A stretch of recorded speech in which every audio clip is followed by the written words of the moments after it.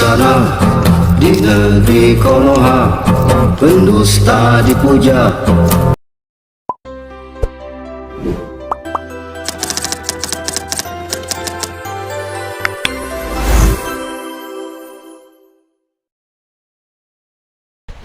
Latar belakang hukum asuransi.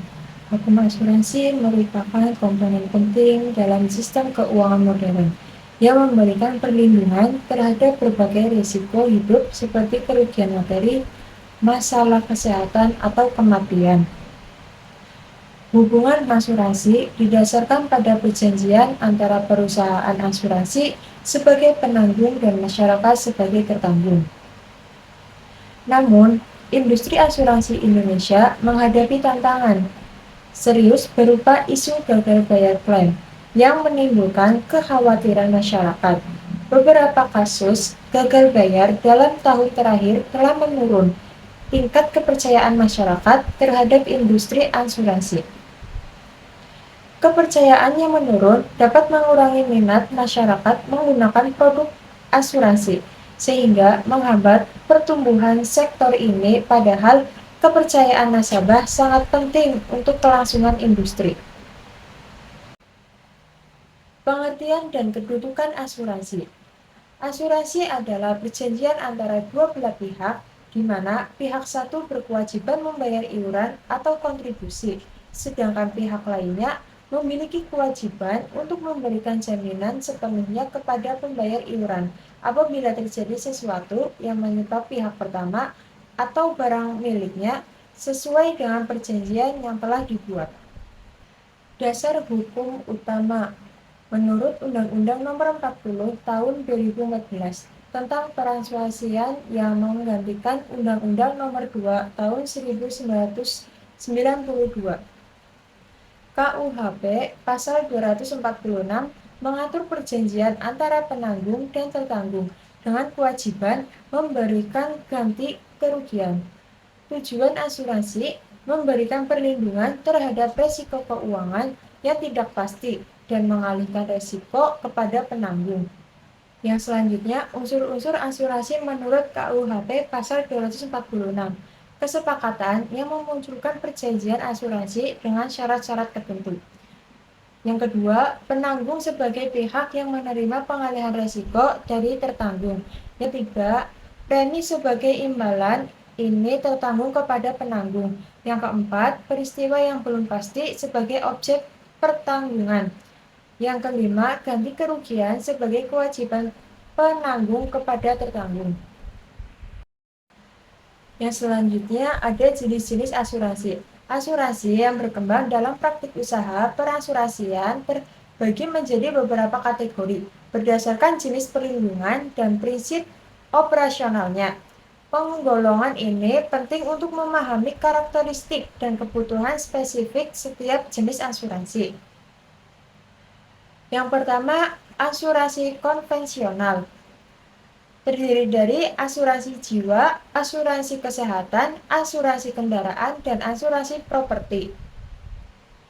Untuk asuransi jiwa adalah memberikan perlindungan finansial terhadap risiko kematian, cacat tetap, atau penyakit kritis yang mengganggu penghasilan. Tujuannya untuk melindungi keluarga atau ahli waris dari kesulitan ekonomi. Yang kedua, asuransi kesehatan. Perlindungan finansial terhadap risiko sakit atau menanggung biaya perawatan kesehatan untuk memberikan akses layanan terbaik tanpa khawatir biaya. Yang ketiga, asuransi kendaraan, yaitu melindungi pemilik kendaraan dari risiko kecelakaan atau kerusakan, menanggung biaya perbaikan atau penggantian saat terjadi masalah pada kendaraan. Yang keempat, asuransi properti, memberikan perlindungan terhadap risiko kerugian atau kerusakan pada properti seperti rumah, gedung, dan perlengkapan di dalamnya. Untuk selanjutnya ada asuransi syariah. Asuransi syariah adalah asuransi yang menghilangkan unsur ketidakpastian atau gharar, spekulasi atau maisir, dan bunga atau riba berdasarkan prinsip syariah dengan konsep saling menolong. Ada contoh-contoh asuransi dalam kehidupan sehari-hari. Yang pertama, contoh dari asuransi jiwa. Contohnya, seorang kepala keluarga membeli asuransi jiwa untuk memberikan perlindungan finansial kepada keluarganya jika terjadi resiko meninggal dunia. Misalnya, jika kepala keluarga meninggal, ahli waris akan menerima uang pertanggungan yang bisa digunakan untuk biaya hidup, pendidikan anak, atau melunasi hutang. Yang kedua, asuransi kesehatan. Contohnya, seseorang memberi asuransi kesehatan untuk menanggung biaya pengobatan dan rawat inap di rumah sakit. Misalnya, jika dia sakit dan harus dirawat, asuransi akan membantu membayar biaya dokter, obat, dan perawatan, sehingga tidak memberatkan keuangan pribadi. Untuk yang ketiga, asuransi kendaraan. Contohnya, pemilik mobil membeli asuransi kendaraan untuk melindungi mobilnya dari resiko kecelakaan, pencurian, dan kerusakan. Jika mobil mengalami kecelakaan, asuransi akan menanggung biaya perbaikan sesuai dengan polis yang dimiliki. Untuk yang keempat, asuransi properti. Contohnya, seorang pemilik rumah membeli asuransi properti untuk melindungi rumahnya dari resiko kebakaran, banjir, atau kerusakan lainnya. Jika terjadi kebakaran, asuransi akan memberikan ganti rugi untuk memperbaiki atau membangun kembali rumah tersebut. Yang selanjutnya, asuransi jiwa syariah. Contoh, seorang kepala keluarga mengikuti asuransi jiwa syariah untuk memberikan perlindungan kepada keluarganya. Jika terjadi resiko meninggal dunia, dana yang terkumpul dikelola berdasarkan prinsip tolong-menolong atau terbaru dan tidak mengandung unsur riba atau gharar. Jika peserta meninggal, ahli waris akan menerima santunan dari dana bersama tersebut. Untuk yang selanjutnya, asas-asas hukum perjanjian asuransi. Perjanjian asuransi memiliki karakteristik khusus yang diatur oleh asas-asas hukum tertentu. Asas-asas ini menjadi fondasi dalam pembentukan dan pelaksanaan perjanjian asuransi yang adil dan berkeadilan. Asas umum perjanjian. Yang pertama, asas konsensual adalah kesepakatan terbuka segera setelah tercapai kata sepakat tanpa paksaan, kesalahan, atau penipuan. Yang kedua, asas kebebasan berkontrak. Setiap individu bebas membuat perjanjian, memilih mitra kontrak, dan menentukan isi perjanjian. Untuk yang ketiga, asas mengikat. Para pihak wajib memenuhi ketentuan polis sesuai kesepakatan dalam pembayaran premi dan penyaluran ganti rugi. Yang selanjutnya, asas kepercayaan. Asas kepercayaan adalah kontrak dibangun atas dasar saling percaya antara penanggung dan tertanggung. Asas khusus asuransi. Asas indemnitas memberikan ganti rugi agar tertanggung kembali pada posisi keuangan semula, bukan untuk memperoleh keuntungan. Asas kepentingan yang dapat diasuransikan adalah tertanggung harus memiliki kepentingan sah terhadap objek yang diasuransikan. Dan selanjutnya, asas kejujuran sempurna. Para pihak wajib memberikan informasi benar dan jujur dalam perjanjian. Yang terakhir, asas subrogasi, yaitu hak tertanggung terhadap pihak ketiga beralih kepada penanggung setelah pembayaran ganti rugi. Hak adalah kuasa yang diberikan oleh hukum kepada individu atau kelompok untuk memperoleh dan melakukan sesuatu. Sedangkan kewajiban adalah tanggung jawab yang diberikan oleh hukum atau norma, baik berupa tindakan positif maupun larangan. Contohnya adalah kewajiban membayar pajak. Dalam perjanjian asuransi terdapat keseimbangan hak dan kewajiban antara perusahaan asuransi dan konsumen. Pemahaman yang jelas tentang hak dan kewajiban masing-masing pihak sangat penting untuk mencegah sengketa dan memastikan perlindungan yang optimal. Adapun kewajiban perusahaan asuransi, yang pertama yaitu mengikuti ketentuan polis dan membayar klaim. Yang kedua itu menjaga transparansi informasi kepada pelanggan. Maksudnya yaitu memastikan kerahasiaan informasi pribadi dan data pelanggan yang diperoleh selama proses pembuatan polis. Yang ketiga itu melindungi data pelanggan dan menjaga kerahasiaannya. Yang keempat itu menangani klaim secara profesional dan adil. Lalu yang selanjutnya adalah hak perusahaan asuransi. Yang pertama yaitu menerima premi sebagai imbalan perlindungan. Yang kedua memverifikasi data sesuai prinsip itikat baik. Yang ketiga menolak atau membatasi klaim yang tidak sesuai polis. Yang keempat menghentikan polis jika terjadi pelanggaran. Dan yang terakhir mengelola resiko dan investasi sesuai regulasi. Dilanjut dengan kewajiban konsumen. Konsumen memiliki beberapa kewajiban. Yang pertama yaitu memberikan informasi akurat dan jujur kepada perusahaan asuransi. Yang kedua itu membayar premi tepat waktu sesuai dengan jadwal. Yang ketiga mematuhi ketentuan polis dan menjaga objek asuransi. Yang keempat itu mengajukan klaim dengan dokumen yang lengkap. Lanjut dengan hak konsumen. Hak konsumen yang pertama itu memperoleh informasi yang jelas tentang produk dan manfaat yang akan dibeli. Yang kedua itu kenyamanan dan keamanan dalam bertransaksi. Yang ketiga klaim yang adil tanpa penundaan atau diskriminasi. Dan yang terakhir adalah perlakuan yang adil tanpa diskriminasi. Pengaturan hukum perlindungan konsumen asuransi. Pemerintahan Indonesia telah menyediakan kerangka hukum yang komprehensif untuk melindungi konsumen asuransi. Pengaturan ini bertujuan untuk memberikan kepastian hukum dan perlindungan yang memadai bagi nasabah asuransi.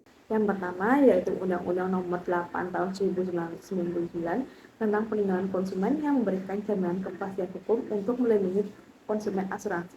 Yang kedua yaitu Undang-Undang Nomor 40 Tahun 2014 tentang Perasuransian yang mengatur operasional industri asuransi dan hak-hak yang tertanggung. Lalu, dalam hukum perlindungan nasabah, OJK juga memiliki peran penting dalam menyelesaikan sengketa antara pemegang polis dengan perusahaan asuransi karena OJK memiliki kedudukan yang tinggi dalam mengatur sengketa tersebut. Dalam materi hukum asuransi, kelompok 4 akan membahas terkait isu asuransi yang ada di Indonesia, yaitu isu PT Prudensial yang mengalami gagal klaim. Kasus gagal klaim Prudensial mencuat pada Oktober tahun 2024 ketika sekelompok nasabah di Medan menuduh PT Prudensial Life Assurance tidak membayarkan klaim senilai 20 miliar. Klaim tersebut hanya dibayarkan sebagian, bahkan ada yang menerima 10-50% dari nilai polis. PT Prudensial menjelaskan penolakan klaim penuh dan perusahaan telah membayar klaim sesuai dengan prinsip Usmod Good Fight atau itikat baik. Lalu sebagian klaim tidak dibayar penuh karena terjadi adanya ketidaksesuaian data kesehatan yang tidak diungkap sejak awal, terutama terkait kondisi pre-existing.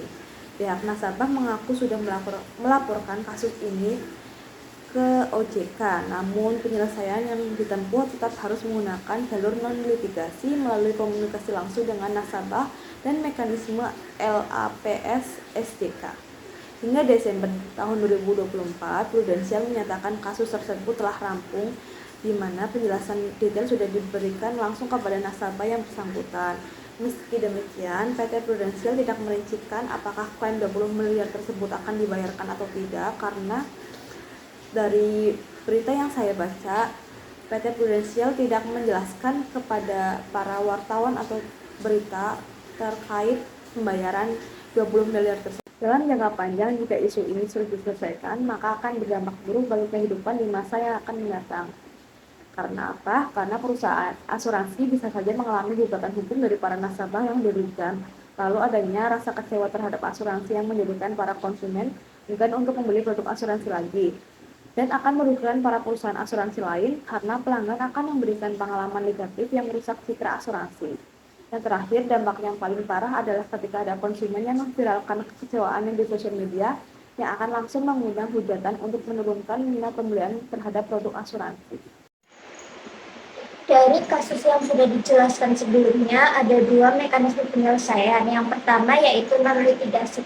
Non-litigasi adalah penyelesaian sengketa di luar lingkup pengadilan dengan menggunakan proses negosiasi, mediasi, arbitrase, dan konsiliasi.